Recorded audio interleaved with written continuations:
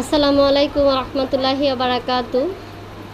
নোয়াখালীতে বৃষ্টি এসেছে, বৃষ্টি হচ্ছে, দেখেই বুঝতে পাচ্ছেন বৃষ্টি হচ্ছে। আমাদের নতুন পুকুরের পানি ফুটতেছে। বৃষ্টি যদি হয় পুরোপুরি পানি ফুরে যাবে, এখনও অনেক খালি।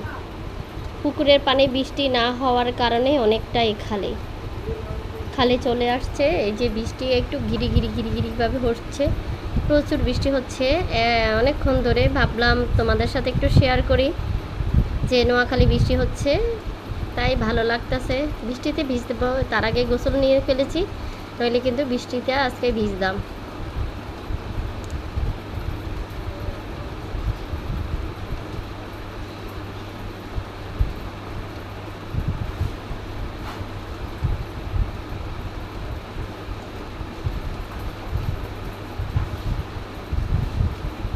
ভালো লাগলে অবশ্যই শেয়ার করবেন, ভালো লাগলে অবশ্যই লাইক করুন, কমেন্ট করুন। আল্লাহ হাফেজ।